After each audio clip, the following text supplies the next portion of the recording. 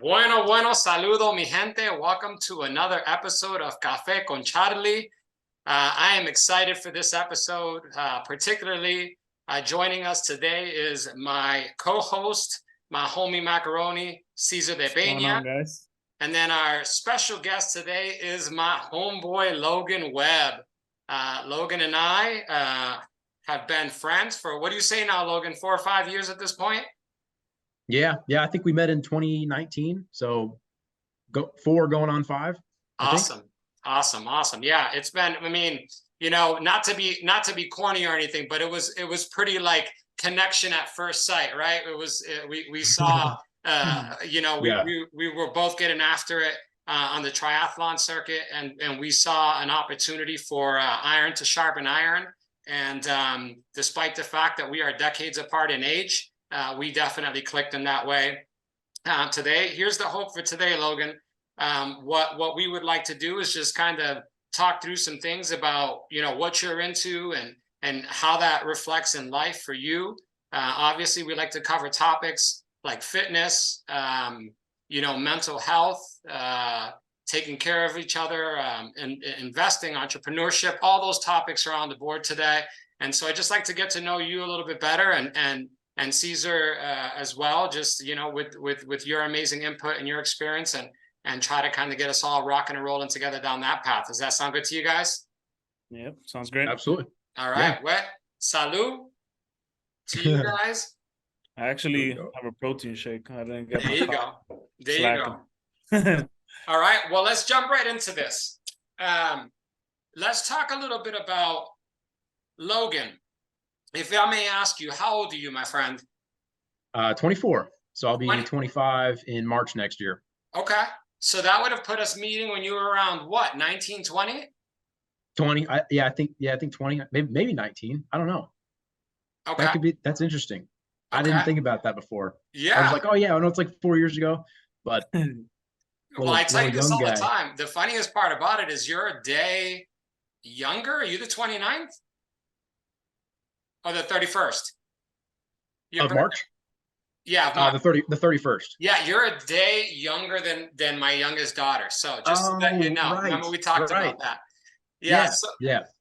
So Logan and I met doing the triathlon scene, and I was pretty impressed with this cat from the beginning, because typically when it comes to triathlon Ironmans, and we'll kind of get into that a little bit, that's an endurance sport, right? Typically what you're going to see on the scene there is going to be people, and Logan, tell me if you disagree, but 30s, 40s, people kind of going through that era in their life where they're beyond the sports in high school, beyond the sports in college. And so very seldom do you see, and it's evolving since the last 4 or 5 years, but very seldom do you see people at such a young age getting into the sport. So Logan, I want to ask you, what drove you? I mean, do you have a background in some sort of sports in high school? What drove you to get into triathlon? So I guess I just kind of graduated high school, was just trying to figure out what was next. And I really don't even know where the idea came from, because I've been asked this question a couple times and I never have had like a really solid answer. I ran middle school cross country, and so kind of had some running stuff, but then didn't really do anything in high school. I played tennis in high school. I think I played a season of lacrosse. Some of my friends in high school talked me into doing track my senior year, just for the fun of it. Not even because like I thought I was going to be good or something. It's just, they were like, dude, come out for the track team. Like, it's fun. We all hang out at these meets and just have a good time. So I was like, sure, whatever. I was working a ton at the time. And so that's a long-winded answer to get to the fact of, I guess I just kind of got into running again after graduating high school and would just do it kind of for fun. And then my dad had always kind of been into biking just for fitness. He'd done the MS 150, years back with my mom. And I'd never really kind of gotten into that with him a whole lot. I'd gone on a few rides, just around the local Longview Lake and Lee Summit a little bit, and just never really quite had a knack for it. And I don't know how it ended up happening, but I ended up riding his road bike at the time. And I don't know if I had the same shoes as him or not, but I always said that like as soon as I clipped in to the bike, that was when cycling changed for me. Wow. Like it was just a different level. And maybe it was because also I was by myself riding, and that was a different aspect, and could really just kind of go at my own pace as opposed to anyone else's, and really push myself at that point. But it felt like the pedals for sure being clipped in to the bike was a big thing for that. So then I had biking and running down, right? Yeah. And somewhere along the way, it was like, oh man, 70.3, like what is that, half Ironman? Like work your way up to a full Ironman. That sounds pretty cool. Like, what is that? Let me look into that. And so, So I for those figured, of who may not know, would you break that down for them? Like, so triathlon, everybody knows swim, bike, run. You're talking 70.3. You're mentioning these things that oh you're yeah, talking about. yeah. So 70.3 is a 1.2 mile swim, Yeah. and then a 56-mile bike ride, and then a 13.1 mile run or a half marathon, Okay. all in sequence. You get out of the water, you get onto the bike, you get off the bike, you go to the run. And so for some reason that was just nailed into my head. I was like, I got to do this. This is gonna be great. So and at I don't know 20 why. years old, what's ticking in your brain? Because I don't know about you, but my experience is like, I know at 20, I sure as hell wasn't doing that. And I mean, that's not where I was, but at 20 years old, I mean, I had aspirations. There were things I wanted to do, but the level of dedication that it takes to achieve something, because you didn't just show up and do that, right? So tell me about the process a little bit, and what made you overcome some of the initial setbacks, or man, this is too much work. Like, what was causing you to want to keep going? I think I just enjoyed it. I just simple as that. Like I just really enjoyed the process, running and riding, and not so much the swimming. And that's still pretty true to now. I don't love that.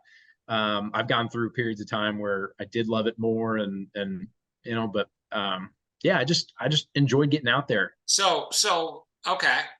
Is there anything beyond that? Like, let me ask, like, I know for me personally, I was talking to my wife about this earlier, is like, I think that when I'm on the bike, or I'm on a run, or I'm on a swim, it is the quietest my mind ever is.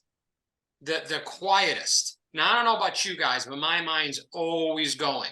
All of these kind of thoughts and reality, and think about life and what's next, and did I make the right decision? What's the next move? How's this going to look? When I'm on that bike, or on that run, or in that swim, it's the therapy for that, right? Yeah, yeah. So how does that affect you in that capacity?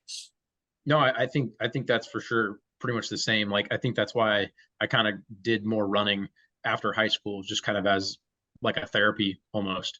Just you get out there, clear your head. I think maybe it's important to note I didn't go to college or anything like that. I just right out of high school I started working, and was at a fast food restaurant at a Culver's, and so I would do the closing shift at night, get off at like 11 p.m. or whatever, or get home at around 11 p.m. and then I just go for a run because it was a long day. I didn't have anything better to do. Like I didn't work till 11 the next day or whatever it was, and I just needed something to like unwind almost, and it kind of just ended up being that. Well, yeah, no, that's awesome. And Cesar, I want you to definitely step in here, but I don't think I gave you the proper intro, and we need to take a couple steps back. So you're being hella humble right now, but okay. So 20 years old, we're talking about a time of COVID, right? We're talking about you first get into the sport, you want to get out there and you want to do these races. You train your ass off. I know you and I went out and trained a bunch of times. You get out, and by the time you're 21, you qualified for Kona? I think it was 22. Okay. Well, I don't know. Well, when 'cause I did you that do Kona? race. I did Kona in 2022. Okay. So I would have been 23. Okay. I guess I qualified when I was 22. Yeah. Okay. So right. for those of you who don't know, Kona is Cesar. It's the big dog. It's like what's I was gonna ask, what does it take to qualify for Kona? Like what is literally everything.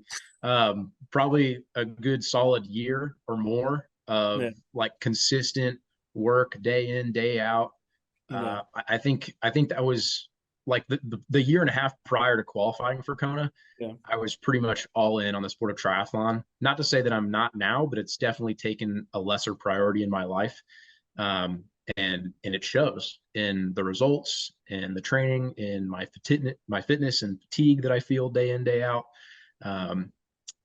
So for the, because I'm not too, I know a little bit about Ironman, but like specifically, what were the qualifications for you to be able to qualify? Was there like a time thing or? Kind of. So in age group triathlon, there's a certain number of slots per age group that are allocated towards qualifying. Okay. I was in the 18 to 24 age group, and typically in most Ironman races, there's only one slot for that age group. And so first, you have to basically get first place in your age group to get it. Other age groups have more slots because there's more people. It just kind of depends how many people are in your age group to qualify. Now, granted, and I think I need to say this too, like as you get older, there's way more people in your age group as well. I was only competing against maybe 25 other people in that 18 to 24 age group. And so Charlie is going to like have to be competing probably against what's an average age group, like 200? In my age group, yeah, typically around 200. Yeah. And your age group only gets like one or two more slots. It's Correct. Still a very like few minute amount. So you almost have to be even better at that age than you have to be at my age. And like you said too, there's not that many people who do the sport at my age to begin with. So it's like, the competition level is just completely different. Not that it discredits that, but it's just different, I think. Well, and I want to go ahead, Cesar. I'm sorry. I was gonna ask, was that a goal for you to qualify for that, or was it something like, obviously you don't just get lucky and stumble upon something that at that level, but did you have your like eyes set on that prize when you started competing, or did it come naturally with the love of the sport? It kind of came with time. I think after you have been in the sport of triathlon for a little bit, you hear people talk about Kona and competing in Kona. And so it just naturally kind of becomes something that you think about. Granted, if you don't do full Ironmans, it's not something you're going to think about. But for me, that was kind of the goal to eventually kind of get there, I think. Yeah, I think Logan's being a little humble. So I'm going to just go ahead and throw a little bit on top of that. Okay. So here's really what it takes. Okay. When you get to the start line, that in itself is a win. It's a blessing that you didn't get injured I think it's typically somewhere between 16 and 24 weeks of proper preparation to get to that line, especially if you have elephant hunter beast mode mentality. If your goal is to get after it, you have to hit all of those workouts, and those sessions start at a 2.5-hour bike ride on a Saturday morning, followed up by a 30-minute run, all the way up to a 6.5-hour bike ride, followed by a 40-minute run as well, with probably anywhere from 5,000 to 7,000 yards of swimming throughout the week and more sessions. So your body is really at its brink all the way through each and every one of those weeks, to the point where, Logan, we've talked about this before, there's those 3 phases of the training. There's the initial part where you are raw, you're excited, you're ready to get after it, you're posting it on social media, you're like, let's go,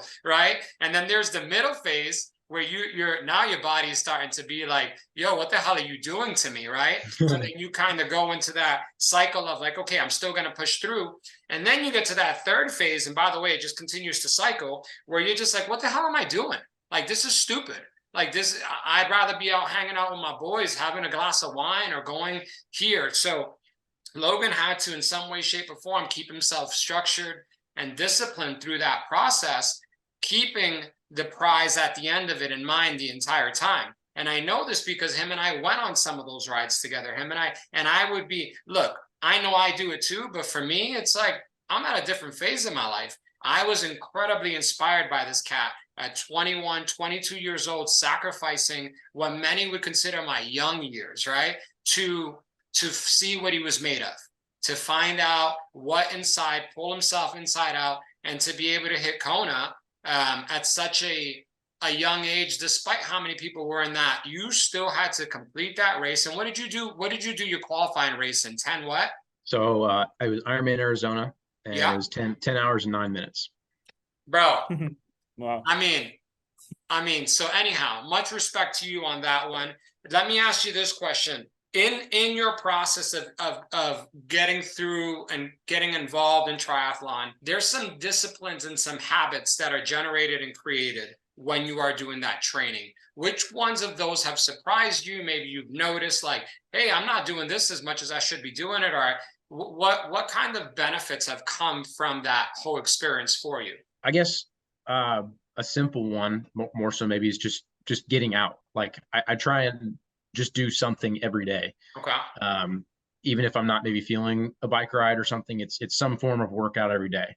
Even if it's just something small, right? And then even if it's not every day, right? Because everybody's got off days. Me, definitely, I've been there. Kind of like the rule of two. I don't know if anybody's heard of that. It's like, if you have that off day, don't let there be a second off day. Like, have your off day, let it be whatever, but then the next day, like, get back to something, because if there's 2 in a row, it's just forming a bad cycle. I've experienced that with the gym when you're trying to get in a consistent routine, then you miss one day, then you miss the second, yeah, just don't, then you're out a week. Yeah, I know exactly what you're talking about. Absolutely. I love that, because I mean, that works with all facets, right? Doesn't that work with anything in life? Yeah. Oh yeah. Right. Yeah. You get knocked down, you just don't let it go 2 days in a row if you can avoid it. Yeah. And get your ass back up, or whether it's a week or a month, you shouldn't let it go that long. But the whole point is jump back up, right? Yeah. So yeah, I think that's a good one. No, that's awesome. And so while you're doing all of this stuff, fresh out of high school, you decided, hey, I'm not, and I don't know if you shared this already, but if it's okay, you decided college is not for me right now, right? Yeah. I pretty much decided that, like, my senior year. I was working at the Culver's restaurant I was at, and just knew that I didn't want to go to school, and so was going to figure something else out.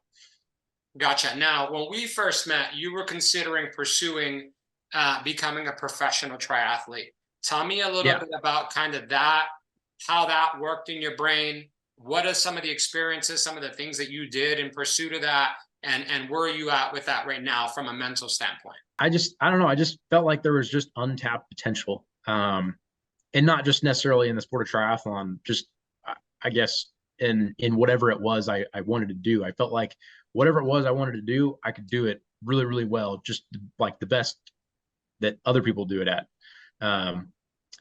So that was the thought, right? Of 18, 19-year-old young person doesn't necessarily know what all it takes to get to that level. But when you're hungry and just wanting to get after it, like, that's you just got to think that way. And so that was kind of the goal there. Once I kind of dipped my feet in triathlon and started seeing some of the improvements that come with just consistent training and racing, I was like, man, this could be something. And so, yeah, that was kind of the thought there for a little while. Pivot to now, it's 24 now. I got married a couple months ago. Moved from one house to another house, and just life takes place. I've got a real big boy job, I guess, now, as you want to call it that. Nice. So just other priorities, I guess, take place, and I've kind of let that happen and been okay with that. I don't know. It'd be cool to take a step back from some of this and pursue professional triathlon, because it's still like down there somewhere, and I don't want that to necessarily be dead, but there's also a lot of cool stuff that you can do within the sport that aren't being a professional triathlete. And I've had some really awesome people just be in my life and talk to me about that, who were maybe professional triathletes, who were trying to be a professional triathlete. And they're like, man, there's other things out there other than being a professional triathlete. It might sound glamorous, but those guys train day in, day out, like 30, 35 plus hours a week. Like, that's all they're doing. They're eating, sleeping, training. There's nothing else. So I'm like, I don't know, maybe it'd be more cool to just be a really good age grouper and have some of the flexibility that comes with that as well. Yeah, well, I mean, you posted here not long ago that one of your athletes just qualified for Kona. How cool was that? Yeah. Oh, wow. That was super cool. You're doing coaching too? You're coaching for the sport? Yeah, I started coaching maybe a year and a half ago, probably, and Okay. I've had 3 athletes now, and one of them just qualified for Kona in a race. I guess it was this year, early this year, Mhm. or no, late last year, I think it was, uh, and yeah, ended up qualifying, and they're going to be going now, just in a few weeks here. That's awesome. That's awesome. So I got a question for both of you. This is going to go to both of you guys and kind of see what you guys are. When you go to that dark place, triathlon takes you there, weightlifting, when you did your marathon, Cesar, because Cesar, you just knocked out your first marathon here this year, right? Early Yeah, year? January. January, right? Yeah, But that was 2023, wasn't it? that was it? Yeah. Yeah. I think 23? January 1st is a new year. Yes. I think we're all on the same So page. that was yeah. Yeah. Yeah. Because That I was the went, beginning. It felt like it was last year. I don't know why, but it's well, because most of the training was happening last year. yeah, I mean, you're talking 10 months ago because Um, I went down to see the race Yeah, where Caesar took on his very first marathon. So yeah. in that process of marathon training, and Logan, for you in your process of, you know, we all go to what we call it. I don't know about you guys, but I go to a dark place sometimes. yeah, Right. yeah, I call it I that. go to dark places, like places that like I've literally found myself on the trainer screaming like a madman from the level of emotion coming through my body because of Yeah. the effort that I was putting in. And I did not want to like stop. I wanted to get it all out. So tell me, and I'll start with you, Cesar, when you found yourself in those really dark places where you're going down the right path, what you're doing is what needs to happen. It's the only way that you're going to kind of break through that comfort zone, the only way you're going to stretch your limitations, the only way you're really going to get yourself where you need to go. Tell me where your brain goes. Do you know? In the dark place, I feel like it happens when I was running the longer miles on the weekends, especially by myself on the trail. It kind of goes into self-reflection, and then I start thinking about I'm literally just running. My mind blinks, and then I start thinking, I'm like, what are you gonna do with your life? Like I start like drilling myself, and it's literally like, what's your plan? What's going on? For Like you're sure. slacking, and I start kind of looking back at how I could have improved in all areas of life. And it's never usually fitness; it's always more like business and personal development. But my mind just starts drilling me, and then I'm just like thinking. I don't have ever a response, but it feels like my mind is coming at me, and then that's the whole time as I'm running. That's just what's happening, and then I'm like just taking it, but I'm running. So you And when I'm essentially battle done, with your own mind. yeah, and if sometimes it feels like my mind is just attacking me, and then I'm just like continuing to run. And when I'm done is when I'm usually like, damn, like I start self-reflecting on it, and I can have the clarity to think and kind of reflect on those things that popped up. Like, all right, what is your plan? What's the goals that you have set up for yourself? How are you gonna do it? And then that's what I enjoyed of running, to be honest. It was like a moment of self-reflection where when I'm putting in the work, it was a constant attack. And then when I was done, it was like, all right, respond to yourself. And I got that mental clarity always. That's awesome. Do you find that in those experiences, because I'm sure you've gone to a dark place more than once, twice, 3 times, Yeah. did you feel there was growth within those, that maybe the second or third time you went into that dark place, maybe you started to reflect on other things that you could build on, and did you see improvements in those thought processes? Yes. And I would attest it to the accomplishments that I started to accumulate during the training. Like as I got better, as I got a little bit faster, as I was able to run, it was kind of like when I started realizing like, hey, if you start applying these things into business, into developing yourself, into your fitness, that's when you can get that growth. So I feel like that I was able to correlate the training Mm. with those questions that my mind was asking itself, and then like the scrutiny that I was putting myself under. Hmm. It gave me a little bit more confidence. Like, hey, just do what you're doing with this training and apply it to other parts of your life, and you can get in a better position, essentially. Oh yeah. Oh yeah. How about you, Logan? Same question for you, right? You I think you just went after like a 6-hour ride the other day or something crazy like that. But you're always listen, Listen, I know you be stalking my Strava. Don't worry, I stalk yours too. Oh yeah, oh yeah. Oh, you finally figured the app out. Yeah. I finally figured it out because he kept on telling me, he's like, "Yo, where's your Strava account? Where's your Strava account?" And so finally, when I moved out to AZ and I knew that we couldn't really work out together anymore like that, it was important to me to get the Strava account out because I know that's what he looks at. And That's how you keep tabs. I want him to because dude, we compete like nobody's business. Like we're always going after each other. It's been from the beginning, and we've always been pretty good of staying fairly close, but he's gotten me a few times where he's really gone ahead of me. But tell me, what do you do? Like what happens when you get to that dark place? Maybe Charlie's coming up on you on the bike. What happens to the mind?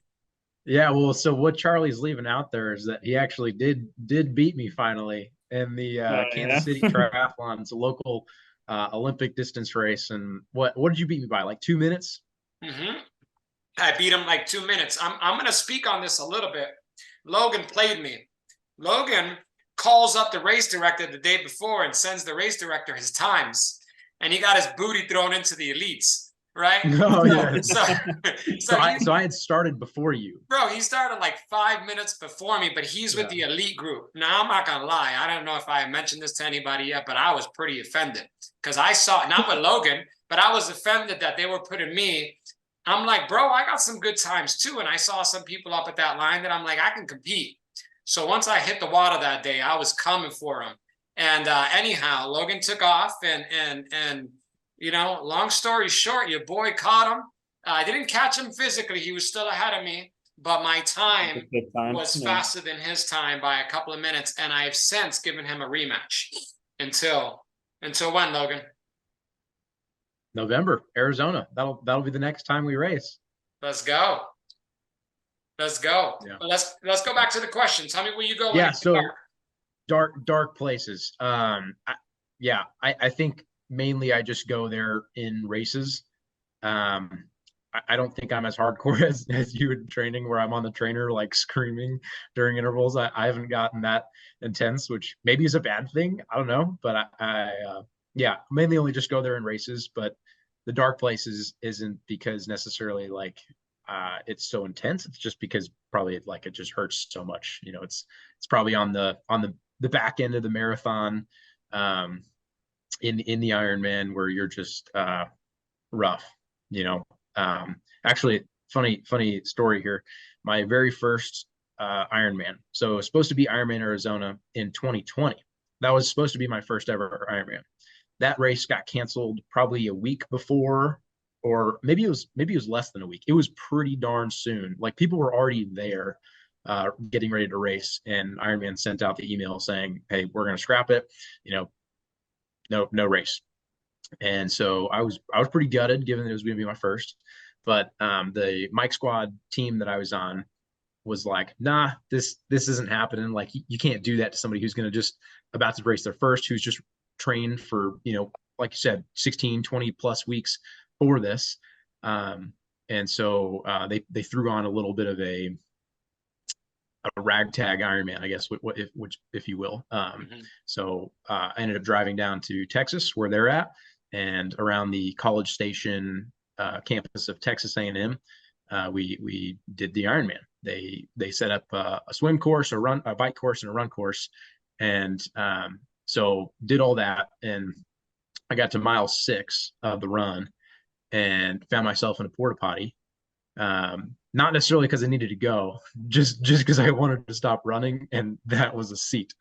There's a seat in the porta potty. I knew that, and so I was probably in there for about 10 minutes while one of these guys was trying to coerce me out of there and get me back on course running. But so that was a really dark place that I had, and I let it get to me and stopped because of it. But I think what you learn as you continue on in the sport is just have those dark places, but don't let them stop you. Like use them to continue going forward, not necessarily faster, but just keep moving, whether it's walking or whatever. Just keep moving. Yeah. And do you remember that moment what got you to go out, like leave the porta potty and continue the race? Was it just like I don't know what it exactly was. I think I remember him saying something about he was like, man, a porta potty would be a really shitty place to quit. And it was like, okay, yeah, yeah, That's some motivation right there. Yeah, for sure. yeah, because I wanted to be done. I wanted to be Yeah. done at Yeah, that yeah, point. I was like, man, I've got 20 miles left. It's such a terrible feeling to be at mile yeah. 6, feel like I did, and have 20 miles left to go. But Wow. he said that, and I was like, all right, like, you know, all these people put on this event for me, Yeah, and like I'm gonna quit at mile 6 of the run. There's no way. So yeah, I just finally had to just come to the realization of like, hey, Logan, you're gonna have to do this for these people. Like it's not even about you anymore. Like you have to finish.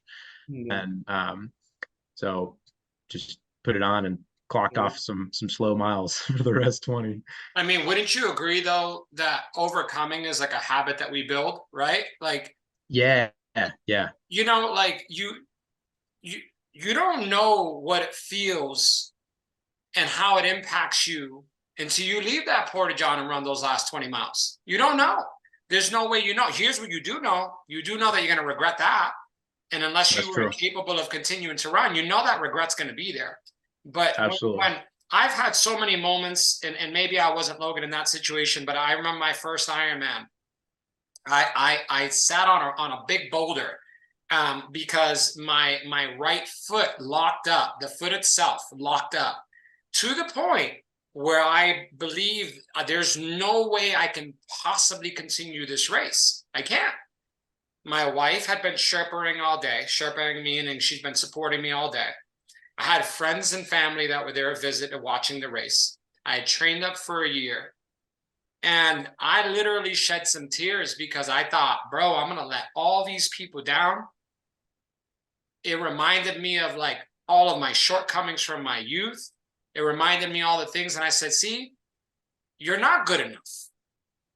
You're a fraud. You got to this point and now you can't compete. You can't finish. So the truth's going to come out. Bro, all I told myself is go another 20 yards, go another 30 yards. And the mind is a miraculous thing because the mind sends mixed messages to the body to get you to quit so you can survive. The minute my body and mind accepted that I was going to continue running, I ended up running a negative split in that race. Never do you hear of a negative split in a marathon on an Ironman. A negative split basically means you run faster the second 13 than you did the first 13. And that was all. And so what I'm trying to say here is that on other moments in my life that I come upon something that I think I cannot overcome, that lesson right there helped put some, as we call it, put some deposits in the bank. Yeah. Reminding us what we're made of. And I feel like that's the best. That's what made me fall in love with running. Because before I got into the whole marathon thing, I was not a runner. I told Charlie before, but I was 268 pounds when I decided I wanted to run a marathon with no running background. It was just like, today I'll start. And then I went for it. But the thing that I love is just that point when you get to like, all right, I can't do this, but then you just keep going. That's a testament that you can do anything, first of all, but also you can take that and apply it to anything in life. Because even in regular life, there's moments where you feel like, you're just getting beat up from all angles. And you're like, I just want to sit on this couch and do nothing and then relax. And you know what I mean? So it's like, that's awesome to see. I wonder, is that something that you've seen apply in your, day-to-day life as well? Yeah. I think yes and no. At least for me, I think I put more of an emphasis on sport, at least the last couple of years, and an emphasis in which so like my business and other aspects of the life weren't maybe as attended to. Just in the sake of like progression and career development and that sort of thing. Like I made some decisions to not pursue things because of triathlon. And while you say like you go for a run and all you're thinking about is the business side of things and how can I get better at that, how can I get better at this, Yeah. and I'm like thinking how can I improve my stride rate or whatever, this kind of stuff. How low can I get my heart rate while I'm running like easy runs.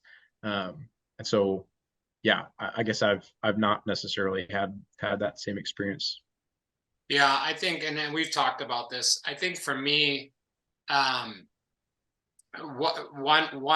they exist together. I can't not do what I do when it comes to training and also be the best husband, best businessman, best friend, best son, all those things. It's together because, you know, I'm of the belief that you got to put on your own mask before you put it on somebody else. And I know myself personally in that capacity where it's like, if I need to have wins. I need to have wins, and I need to have wins that I'm in control over.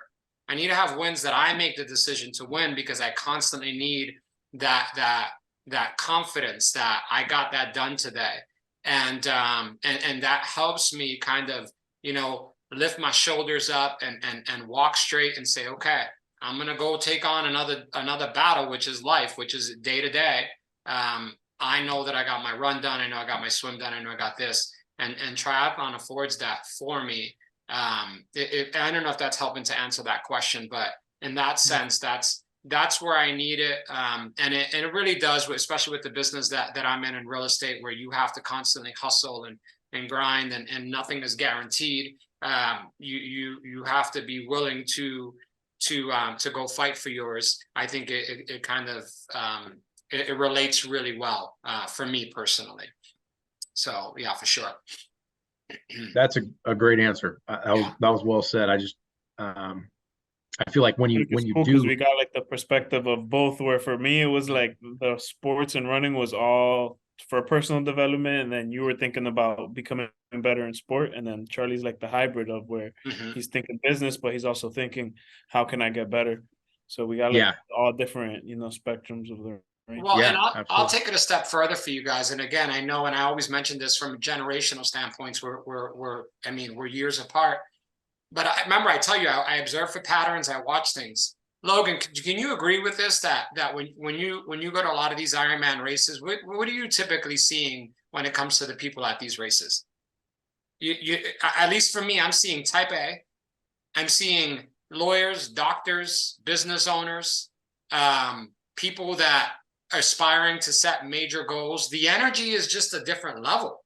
It's another level. And they all know what it took to get to that. Iron sharpens iron. I'm a firm believer of that. The five people you spend your time with are going to determine who you are, how much money you make, your character, and your value sets. That's just a fact. I look around and it's going to prove that to you. So when I go to these events, so when I run these races, or I engage in this community, or I go to my Wednesday or Saturday morning rides, we're having high-level conversations. We're having positive, and even Logan and I, when we were doing it, I was constantly answering questions for Logan about life and about certain things like that. That's where it kind of comes in. It's because when you put yourself amongst a group of people who kind of understand the same battles that you're going through and look for ways to overcome those battles and to sharpen the sword in that capacity, there's reason there, you know. And when you're a little bit younger, maybe you haven't encountered some of those things, some of those setbacks that come with, like Logan, after you did Ironman Kona, was there a post-race letdown for you? Definitely. It's not a good feeling, right? No. How about you, Cesar? Did you have a post-marathon letdown? Post-marathon letdown? Like in what sense? So what do you mean by that? You chased your goal. You spent months on end. You posted about it. You talked about it. It was about your life. You went. You did it. It's over. What's next? Yeah, I feel like that happened, especially because when we were there, you were kind of like, all right, you were drilling us with that in terms like, what are you guys going to do next? And for sure, I did, especially when I got back home, because in the moment when we were in Florida, like you kind of, you have the dopamine and you're feeling good. But when you get back home, you're like, all right, what am I going to do now? Like the training's over. I kind of dedicated all that time, and that was pretty much my full schedule. It was just training for the marathon and getting ready for it. So it definitely, you feel like a void there if you don't put something in its place. Absolutely. Logan, how about you? And you were going to answer it. What did you feel something similar? Yeah, spot on. I like exactly what you said. Just, you know, you put up so much time to this event, and then the event happens. However it happens, if if it happens better than you anticipated, I think that's a plus. That definitely helps the post race letdown. If it wasn't as good of a result as you're hoping for, makes it even harder to get back, into a routine of doing things or finding out, what's that next step you're supposed to take. Absolutely. And so here's the reason I brought that up, is because I find that that's the same thing in life. I from when I was younger and I was like, I want to be an entrepreneur. I want to be my own business guy. I want to raise my daughters the right way. I want to have a loving relationship and a loving marriage. Just because you have it written down as a set of goals, that doesn't mean that once you achieve them, you're not going to feel a sense of emptiness and a sense of loneliness and a sense of what now. So I'm a firm believer that you have to constantly, I'm not saying you have to want for more. I'm just saying that when you achieve some of the goals that you think you have, that's not always going to solve the day-to-day question of who am I? What am I made of? What am I capable of? And that, it's my 2 cents to you guys, someone who's in their mid-40s, who's had some success in business, is that make sure that you have that balance in place. And find the tools that you need to keep that balance in place, whether it's creativity, whether it's writing, whether it's giving back to your community, whether it's doing triathlon sports, or whatever it is, that you keep on filling that cup, because these other things do not all of a suddenly flip a switch and everything is perfect and you don't have any more concerns. You're good. Life is grand. It just doesn't work that way. Yeah. So I don't know. So let's, if it's cool with you guys, let's also move on from the triathlon stuff. And Logan doesn't like to talk about this either, but I'm going to throw him on Front Street. Logan, you're a realtor, aren't you? I am. That's what's up. Okay. So Logan actually trying his hand on real estate. Yeah. Why you say I don't like talking about this? Well, because you don't like to talk about, you're super humble, and I love that about you. I love humility and I love humbleness, but we're trying to send a message here. And the message is, maybe there's somebody that's watching this video. Maybe there's somebody that's like, I line up more with Logan's energy. I line up more with Cesar's energy. I line up more with Charlie's energy. But your humbleness and your quietness doesn't disclose the fact that you're actually a real estate investor as well. At 24, you have a couple of properties, don't you? Yeah. Well, just the one we live in and then one rental. Yeah. And you don't need to say just. You don't need to minimize. True. A lot of people don't have any. Yeah, stop minimizing where you're at. This is something that's important. This is a good life lesson right here. Yeah. You got to be your biggest cheerleader. You got to be, bro, you could be so many other places than being a young 24-year-old, happily, recently married, living a really, really good life with a nice resume to make your parents proud, to show I've done A, B, C, D, and E. And then from a financial standpoint, you own a couple of investment properties. Bro, kudos got to be given where they're at. What do you think? Fair. Yeah, no, that it was a smart play in 2020. Yeah. It's paid off well. Yeah. And so you got a couple of people renting one place and you're living in another place, right? Yep. That's awesome. Yeah, I think I got kind of lucky with the renters that are in there. Truthfully, just because it's kind of just been the same people. Yeah. Since when I bought it. So yeah. So what are your goals around that? Are you done? Are you 2 and done, or what do you? Definitely not done. Using the income from that, obviously, just to kind of save and put away for the next one. Would love 10. Mm-hmm. Ultimately, I think 10 like single family rentals or something along the like. I don't know what it'll end up being in the future, but I do believe in the money making that there is to be had in the industry as a landlord, as an agent, as an investor, whatever it is. I believe it, and I'm looking to get more of it. I think the interest rates obviously right now are playing a bit of a hardball on a lot of that. It's crazy to look at, the payment for the home we just purchased recently, mm-hmm. and the rental property is just, wildly different, which obviously dips into how much money you can make off of that stuff. But mm-hmm. Yeah, the goal would definitely be to get more over time if it's the right play. Absolutely. And I mean, Cesar, like when I told Logan, because I actually helped Logan buy the most recent house that he has, is that, look, yeah, interest rates are no joke right now. And yeah, it is crazy that you're paying a little bit more than what the other one is. But right now you get in. You have the property. You have to listen, 7% is a lot less than 100% of rent, is my view. Yeah. If you're paying rent, that's 100%, right? 7.5, 8%, give it a few years, let that rate come back down, you refinance that bad boy. There's that extra cash flow that you need from your income or just for you to simply save. But I think that the fact that at such a young age, I mean, I can't do the numbers right now, but I guarantee you're sitting on those properties in 10 or 15 years and you're doing well. You're doing well with someone else, helping pay off the other one and you having that one. And like we've talked about before, myself as an investor as well, and Cesar as an aspiring investor, I think it's just a matter, and I've talked to you guys about this before, you got to replace yourself. The only way to really replace yourself and to get you working when you're not actually physically there working is through your money, through your income, and finding a way to put that to work. If I can jump in right there, yeah. I think an interesting point, just for anybody who might be watching and gets the idea. People have probably heard of house hacking at this point. Mm-hmm. It's just a fancy term, I think, of saying you've got roommates, essentially. Yeah. House hacking truly, I guess, would be with like a duplex or a fourplex, but it can be done all sorts of ways. Like right after I bought the property in 2020, it wasn't just me living there. Like, I'm 20 years old. What am I going to do with a 3-bedroom, 2-bathroom house, right? Yeah. So I was just trying to be as creative as possible, trying to figure out these ways that I could make money with the space that I had. So I was renting out a room here, renting out a room there. I experimented with Airbnb a little bit. We had the basement listed. That was, the basement had like a 4th non-conforming bedroom and a bathroom down there.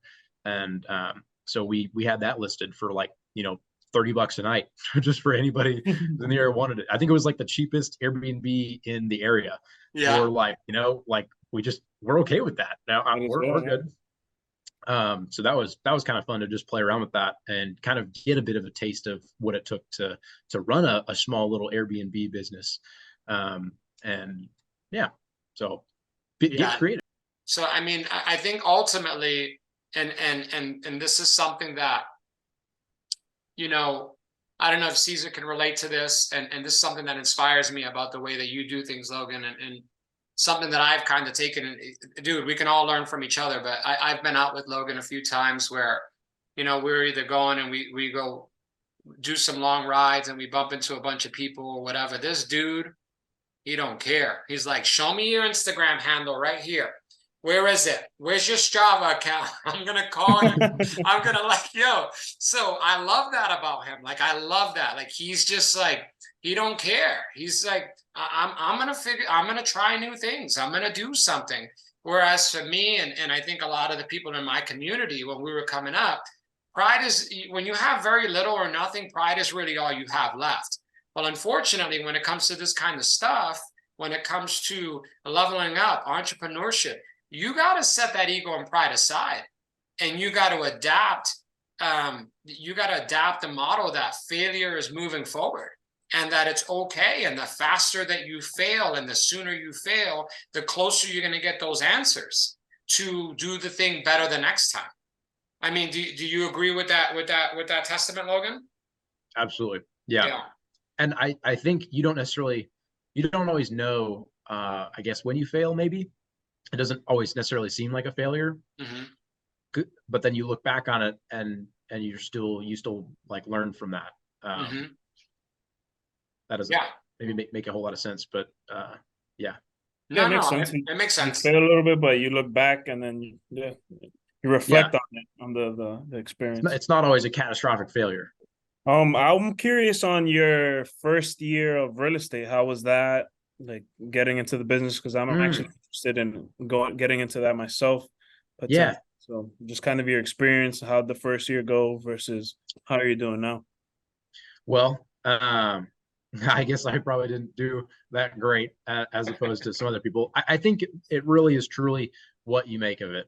I didn't put as much time as I needed to put to make it work. I had kind of, started on one team, didn't think it was really working, probably gave it 4 or 5 months in like the residential industry. I was like, I don't know if that's for me. Like, I'm not as touchy feely kind of a person, and that's very much so what you need to be, as the residential side of things. Not necessarily, Charlie. Like you're not. I wouldn't say you're touchy feely, but you're a very personable person. And I'm not to say I'm not.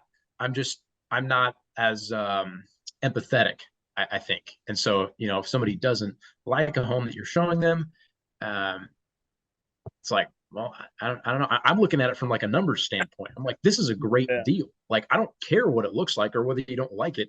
This is good price point wise. Like, you need to buy this, and then you can do whatever you want to it. But you kind of have to cater to people's needs, and people are so different. So it's a lot of reading people and figuring that out.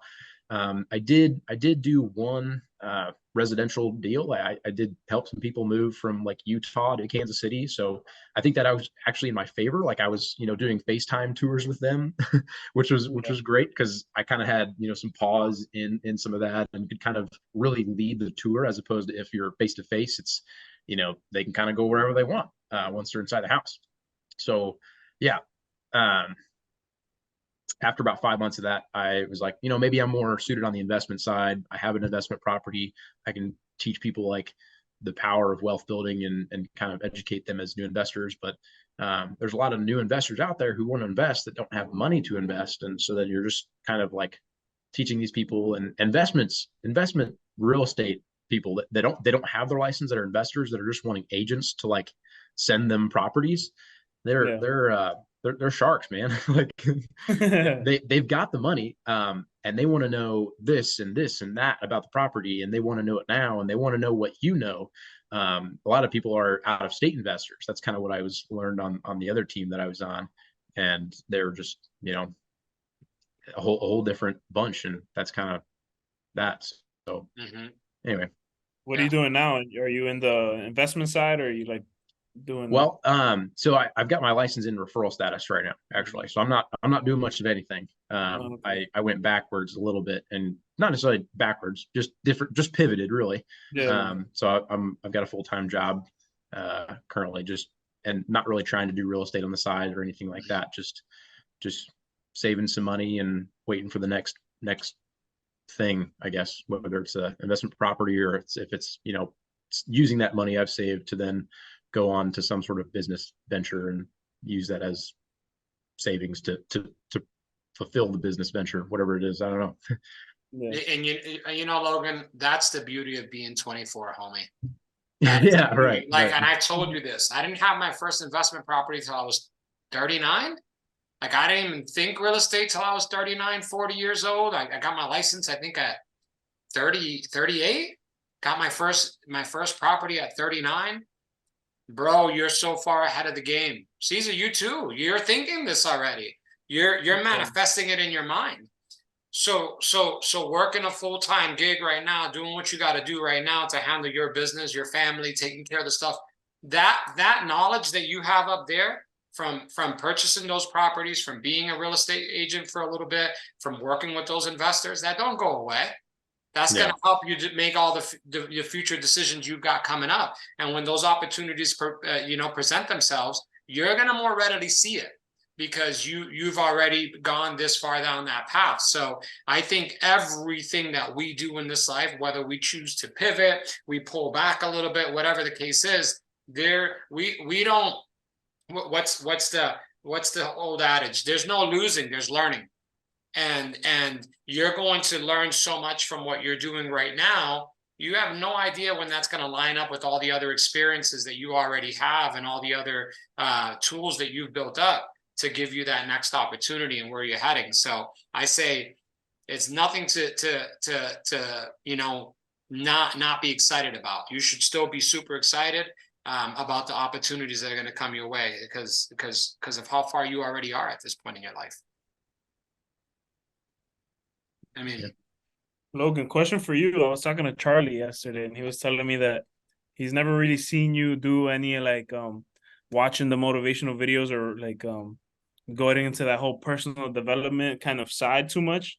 Is that something that you do a little bit, or is it more like, do you kind of just do your own thing? Like, what's your mind frame around that? I was curious when you mentioned that to me.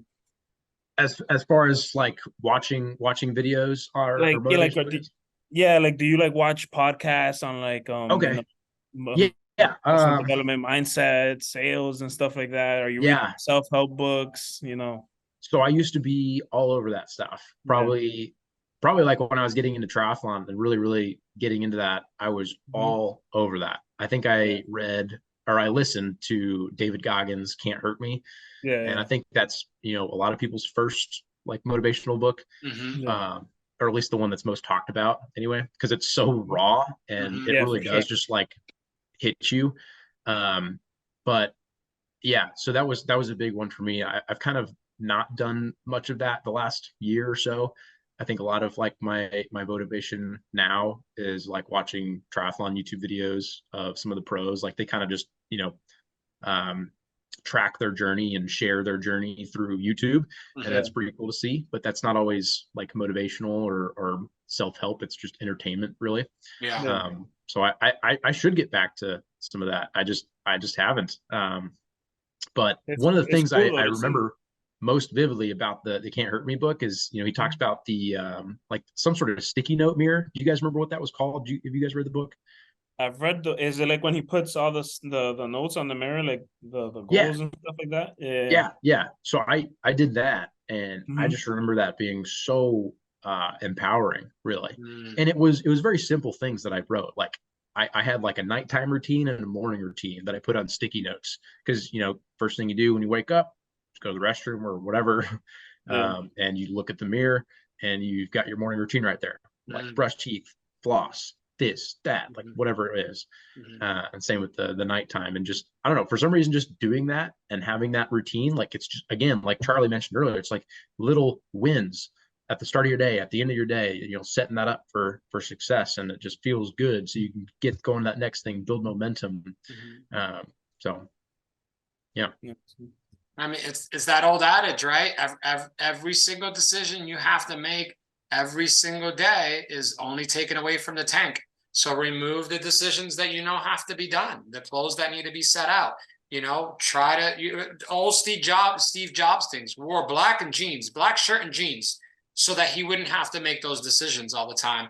Because the less of those decisions you have to make, the more room you have in the brain and in the energy and in the system to let the creativity come out and focus more on the important things that are really going to move you ahead in life. I don't know about you, but you ever wake up in the morning, you got to go do something, and you're like, it takes you 20 minutes to figure out what you're going to wear?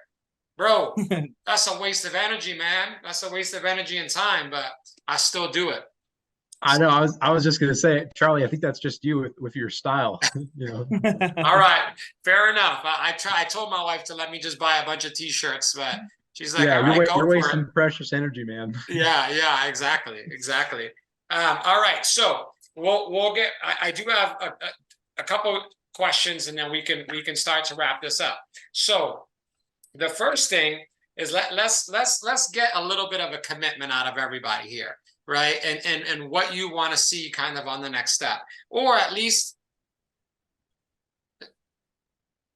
maybe like, okay, I foresee this happening, right? So for me, I foresee myself kicking Logan's ass at Ironman Arizona here in November. Like, I'm gonna put that shit out there right now. Yeah, saw that one coming. We're gonna go, and I'm excited for both of you guys to come out. It's gonna be a hell of a good time. But I'm gonna ask you both specific questions. Cesar, for you, what's stopping you from learning and getting into the triathlon scene? For me, I think it's honestly the commitment in training. Okay. Like the dedicating all that time to because not only you got to get back. Haven't been running. I'm not even gonna lie, but you got to get that discipline down. You got to get the bike, and like the time that you spend 3 hours on a bike, it's gonna be tough for me to carve that out. And then I got to focus on swimming too. So for me, it's just the training. I definitely want to do it, but I have to be in a place where I have a little bit more time to train. Absolutely. To be honest Well, with you. just remember that they have like sprint distances, Olympic distances.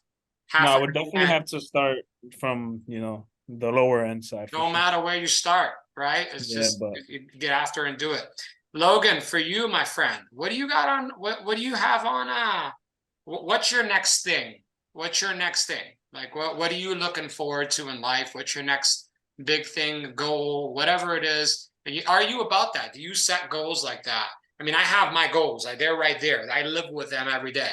What do you have goals like that? And if you don't mind sharing any of them, what's the next big thing going on in your world? Yeah, I think they're maybe a bit more family driven at this point now, just kind of getting grounded and saving up money. I guess the biggest thing is saving up enough money for just another property purchase, whether that's another one for our personal residence, or if we purchase another rental, just kind of depends on where we're at with things. That's maybe a more business related one. I'm not really sure like where career wise I'm going. I think I'm just kind of like riding that one currently, just as long as I can. And again, just kind of using that career to save up the money for other sort of business stuff. But then triathlon goals, yeah, they've lacked the last like year, but that's because I've been focused on other stuff, and it's hard to do it all. Still, I mean, I had a massive goal for sub 10 in an Ironman, and I technically never hit that. I was nine minutes off. Well, 10 minutes off, I guess, really. So I would love to get back to that. And I think it's still possible to get a pro card. I'm not going to make any claims. I'm not going to be the best of the best pro out there, but just having a pro card would be cool. Just saying that you had one for a season would be awesome. So that's not out of the picture. If you know, that'd be a good goal. And really, I guess that would be the byproduct of some smaller goals for, you know, like a 70.3, like going, you know, 4 hours and 20 minutes for 70.3 would be sweet. Like that's a pretty wicked fast time. Wow. But yeah. Let's go. I love it. Well, gentlemen, you? Me? Well, your goal was just to beat me, right? Listen, let me explain to you why my goal would be to beat Logan. Logan's my dude. So truth be told is if I can beat this young man, that's going to PR me on all levels of my race. So at the end of the day, it's like, if I can get to the level where I can actually beat him, I'm going to PR. It's in my personal best in whatever capacity. No, but honestly, you know, from a triathlon Ironman standpoint, and I've shared this with you guys before, this is the first time in my life that I'm doing 75 hard. 75 hard basically is no alcohol for 75 days, a gallon of water for 75 days, you know, 2 45-minute sessions, and then 10 pages of reading every day. Hey, I got to come forward. Maybe I'm going to get kicked off the 75 hard Hall of Fame here, but I can't do the daily photo thing. I've done it. I just can't do it. It drives me crazy a little bit. It messes with my internals of like, here, take a picture of me. Take a picture of me. I just can't do that. But to each their own. But seeing what I'm capable of doing in a race with absolutely no alcohol is very, very interesting to me. 30 days in, 29 days in now, I can see my fitness level. I can see the improvements. And I'm like, I mean, I'm pretty competitive, right, Logan? For my age, I typically come top 15 in local races, right? Overall. Yeah. Overall, I'm pretty competitive. I've raced in local races and I've gotten on the podium. I think I got second place in my age group down in Joplin. I got second place in my age group up in Madison. I think I came in 7th in Lubbock. So I've done well. But I'm the guy that Logan's even watched me. I'll have a couple glasses of wine the night before, and the Wednesday before I would have gotten margarita or Taco Tuesday on just wanting to see what I could do with complete sharpness and complete focus. And I'm feeling the benefits of it right now. So I'm excited to see what happens come. I get my first go around in October for the 70.3. That should tell me something. And then the big boy is November. And that one's there's a lot of, I wouldn't say it's a bad negative way. It's awesome. but I'm going to have my family at my very first one, where I have my daughters, my granddaughters, you know, my niece is going to be there, and Logan's going to be there. My wife's going to be there. It's a hometown race because I'm in Arizona now. Like, I'm pumped, bro. I'm pumped, and I can't misrepresent. You know what I mean? Yeah, it's gonna be fun. We'll Yeah. have to start at the same time so that, you know, we can just kind of gauge each other's progress, see where we're at. Heck yeah. You know, I thought about this today. I'm like, man, how cool would it be that if I can keep up with Logan long enough that we could, you know, kind of really push each other on that run, you know, have a little Lionel Sanders, Sam Long ending at the race day, like they did in St. George. How cool would that be, you know? If we could run together, I think that would be so powerful. Because Yeah. your runs, I think you've always been a little faster than me on the bike, just raw power wise. Yeah. But then I've been a little faster than you on the run, and you've never quite had those run legs off the bike. But man, like you said, it's changing, man. I've been seeing the Strava. I've been stalking it. It's getting scary. It's a good motivator. Yeah, you told me that. You told me that earlier season. He's been watching my Strava account, and You he's just like, ran. You just bro, ran 15 miles the other day at like 8:03 pace or something. Yeah, those were progressives. It was 5 miles at easy. Yeah. You started, you know, nice and easy at like 9 something minutes per mile, and just kept dropping, and you were sub 8 for the last several, right? And those are hard sessions because you're wearing the body down for the first 10, and then it's asking you to perform. It's different to push the first 5 and then just survive the last 10 because you go slow as you want.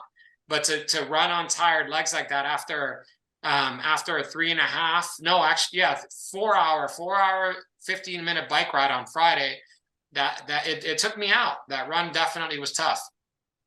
So, but yeah, it'll be good. All right, gentlemen, it was a pleasure. As always, a lot of good nuggets in there. You know, let's keep on sharpening the sword, and you know, let's redo this come November. Come Ironman. Look forward to seeing you guys out there in Arizona.